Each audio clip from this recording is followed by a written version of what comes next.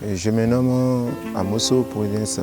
Je me nomme Jean Edouard. Autisme, Non, pas du tout. Je ne connais pas. Moi, c'est Amos Azonsi. Je peux dire que l'autisme, c'est une maladie. Ici, c'est Madame Zoclé. Toutes mes excuses, je n'en ai aucune idée. Ça peut se guérir par des examens bons.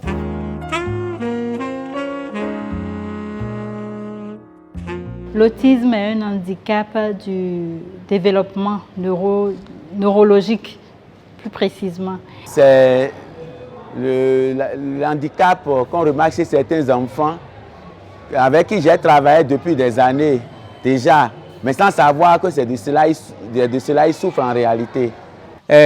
Autisme, certains disent que c'est une maladie, une pathologie, et aussi c'est un problème de neurologue. Et puis je préfère vous dire les manifestations. Il y a la communication qui est biaisée, il ne communique pas avec ses pairs.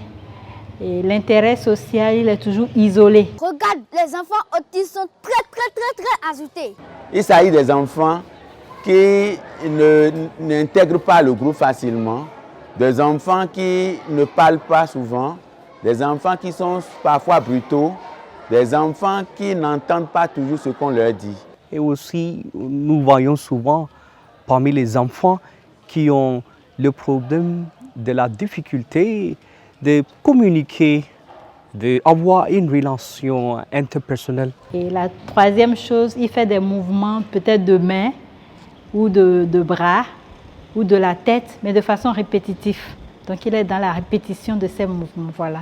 État de santé que vit un enfant, l'origine de l'autisme peut remonter à sa conception. Le terme a d'ailleurs évolué puisqu'il y en a de plusieurs formes et catégories regroupées dans un spectre. Il y a deux types d'autisme qui sont plus connus. Il y a l'autisme infantile et le syndrome d'Asperger. En fait, la différence, c'est que l'autisme infantile, c'est dès les premières années de la vie. Une famille que je connais ici à Cotonou, qu'ils ont un enfant à l'âge de 7 ans, mais c'est récemment qu'il a commencé à communiquer, il a commencé à parler.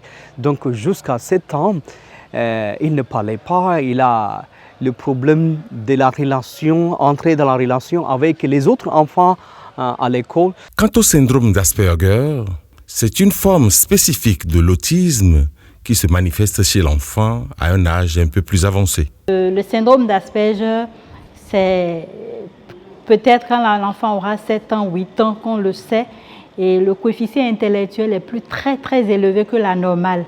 Et c'est des gens, on parle des génies, ils sont hyper bons. Et souvent, c'est les laboratoires, on les récupère dans les laboratoires pour travailler ou bien dans les grandes structures, dans les grandes usines pour les utiliser. Et ils sont des personnes qui ne sont pas sociables du tout. Ils préfèrent rester dans leur coin et ils sont toujours en train de donner des réponses au-delà de la performance humaine. Et ils trouvent vraiment difficile d'entrer dans la relation avec les autres enfants à l'école. Donc, parfois, ils se sentent vraiment éloignés, ils se sentent un peu rejetés par les autres parce que lui, selon lui, il vit dans un monde complètement différent. Il a une autre manière d'exprimer, il a une autre manière d'avoir une relation concrète. Une pathologie, un handicap, une maladie. Dans quelle catégorie mettre le trouble lié à l'autisme? L'autisme, ce n'est pas une maladie, donc on ne peut pas guérir. C'est un handicap et donc l'enfant vit avec. Et donc on accompagne l'enfant au niveau thérapeutique. Quand on accompagne l'enfant, cela voudra dire quoi? Qu'on lui donne ce qui est censé normal pour nous et que lui n'a pas. Voilà. Et donc, qu'est-ce qui est censé normal et que lui n'a pas? Il y a par exemple le cadre social, le fait qu'il soit souvent, il se retire de ses pairs. On va l'amener à comprendre que c'est important, que les autres ont besoin de lui. Entrer dans son monde, s'habituer à lui pour l'amener à découvrir la beauté de l'environnement auquel il se ferme. Parce que c'est comme s'il est programmé au point où il ne reconnaît ou il n'aime que ce qu'il a. Donc, il n'aime pas le changement. Et donc, il est dans un mouvement répétitif tout le temps. Si, par exemple, c'est la pâte qu'il prend, il préfère prendre tout le temps la pâte. Et il ne veut pas changer. Quand on apporte un autre repas, il ne veut pas. Il est calé. Et donc, il faut l'amener. Et étant donné que quand vous posez une question, même si ce n'est pas à lui que vous vous adressez, lui répond.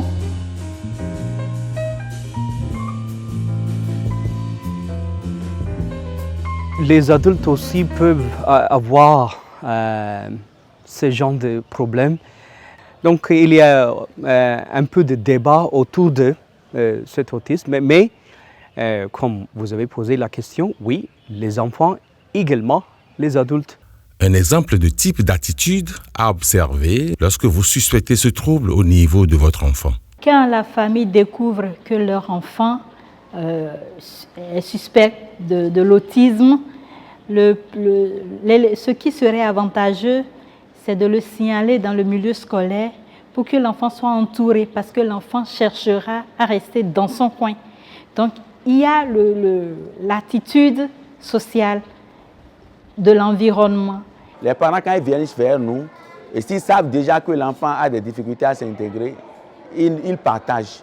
Et dès qu'ils partagent, ça nous aide à vite aider ces enfants-là et à savoir comment les orienter, les cadrer pour que leur présence ne dérange pas les autres.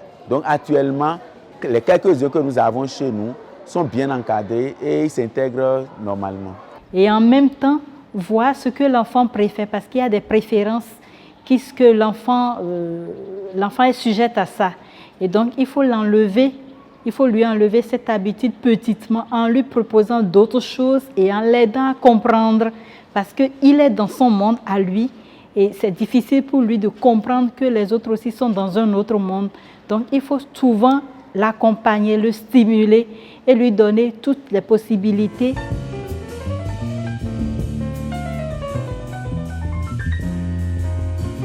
Alors, je dirais ceux qui sont plus difficilement, c'est les autistes où franchement, ils ont beaucoup de troubles. C'est-à-dire, ils ont des troubles cognitifs, ils ont des troubles de l'attention, ils ont des troubles où ils vont crier tout le temps, ils vont pleurer. J'en avais un, il est venu, il avait l'énurésie, c'était pas facile parce qu'il était grand. Et c'est là où c'est difficile l'inclusion parce que c'est là où on ne peut pas le faire avec les trisomiques parce que les miens, ils avaient peur en fait. Et ils ont besoin de calme, donc ils se mettent les mains comme ça toute la séance pour être dans le calme, quoi. Mais par contre, avec les enfants autistes Asperger, qui ont un haut potentiel intellectuel, il n'y a pas de problème. Puisque c'est des enfants qui sont calmes, donc il n'y a aucun souci. Nous en avons quelques-uns, puisque nous sommes partis pour quand même intégrer tous ces genres d'élèves dans notre système. Alors, l'enseignant est appelé à être beaucoup plus attentif, à aider cet enfant à pouvoir collaborer avec les autres. Pour le moment, c'est un travail que nous avons commencé. Nous ne pouvons pas dire que c'est déjà obtenu à 100% par rapport à la réaction positive que nous attendons de leurs pairs vis-à-vis d'eux. Leurs pairs sont souvent étonnés de constater que leurs camarades n'arrivent pas à s'intégrer comme eux, à réagir comme eux et à demander les permissions comme eux. Et chaque fois quand le problème se pose, on essaie de leur parler et de leur dire que ces enfants-là ont besoin de leur attention, de leur aide pour pouvoir évoluer et devenir comme eux. Donc pour le moment, le travail est en train d'être fait et nous saurions dire que c'est acquis à 100%. N'est-ce pas là une limite dans le processus de l'inclusion totale souhaitée par le système éducatif ? Pour moi, pour ce que j'ai vu, je trouve qu'en fait, il y a une limite dans l'inclusion avec certains autistes. Donc tout se passe très bien avec les autistes Asperger parce que voilà, ça va bien avec mes enfants en situation de handicap. Par contre, avec certains autres autistes où ils sont vraiment plus énervés, où ils sautent partout, où ça crie, malheureusement, ça ne peut pas aller avec les miens, notamment les trisomiques 21. Parce qu'ils ont peur ou alors ils ne supportent pas le bruit parce que ces enfants-là ont besoin beaucoup de calme pour pouvoir bien travailler. Donc c'est pour ça que je dis qu'il faut plusieurs salles, plusieurs personnes pour accompagner ces enfants et on ne peut pas toujours donc faire l'inclusion comme on le souhaiterait. Et aujourd'hui, le travail que font les éducateurs spécialisés, c'est un travail capital. Dans la mesure du possible, c'est un accompagnement psycho-éducatif qui est offert aux enfants présentant ce trouble et à leurs parents. Un éducateur spécialisé, c'est un professionnel du travail social qui accompagne également les enfants qui présentent le trouble du spectre de l'autisme. Et en présence d'un enfant à besoin particulier comme un enfant TSA, il s'agit de l'accompagner lui également aussi bien que ses parents, de telle en sorte que cet enfant peut s'insérer dans la société. Accompagner les enfants handicapés par l'art-thérapie peut tout aussi se révéler très opportun. L'art-thérapie, en fait, c'est un peu une thérapie, donc on va dire art-thérapie, thérapie par l'art. C'est-à-dire qu'on va amener l'enfant à découvrir la peinture, le dessin, la danse corporelle, la gymnastique, les modelages, qu'est-ce qu'il y a d'autre? La piscine, le chant, l'équitation. Donc en fait, c'est les enfants qu'il faut savoir qu'ils ont du mal à se concentrer. Donc à un moment donné, si on fait cours de français, au bout d'une demi-heure, ils s'arrêtent. Là, ils ne savent plus, ou ils n'y arrivent plus. Donc hop, on prend un dessin, on prend une peinture, on peint, ou on fait du sport, on danse, et voilà, pendant un quart d'heure, et hop, ça va les restimuler, et ils vont repartir sur les cours français, mathématiques, dits normaux, quoi. L'expérience de l'école inclusive Les Hibiscus de Cotonou nous donne une idée des résultats de la socialisation. Aujourd'hui, à l'école inclusive Les Hibiscus, nous avons au total 45 enfants handicapés et pour un total de 17 enfants présentant le trouble du spectre de l'autisme. À vue d'œil, le constat est général. Quand un enfant autiste ou un enfant TSA intègre cette école, la première des choses que nous cherchons pour ces enfants, c'est la socialisation. Tous les enfants autistes qui sont dans cette école, qui sont venus et qui étaient dans l'isolement et qui ne pouvaient pas interagir entre eux, aujourd'hui, il s'agira d'apprécier les caractéristiques du TSA avant de se rendre compte qu'il y a vraiment un enfant handicapé dans le lot. Les enfants se ressemblent, tout le monde travaille ensemble et on n'arrive pas à percevoir la différence entre les enfants. Je suis fière quand un de mes élèves, il me dit « Tiens Sabine, j'arrive à lire, j'ai compris l'exercice, j'arrive à compter ». Voilà, c'est des réussites. Et j'ai eu une grande réussite avec un enfant autiste que je suis depuis 3 ans. Au départ, il sautait partout, je vous jure, du luminaire au plafond jusque sur la banquette partout. Et je l'ai canalisé par la piscine, par les jeux et tout ça. Et maintenant, il est dans une école à Cotonou, il suit des cours. Je le suis tous les samedis matins. Et maintenant, il sait l'alphabet. Je lui donne des mots en dictée. Il les met sans que je lui écrive moi-même. Et donc là aussi, c'est une grande réussite, quoi.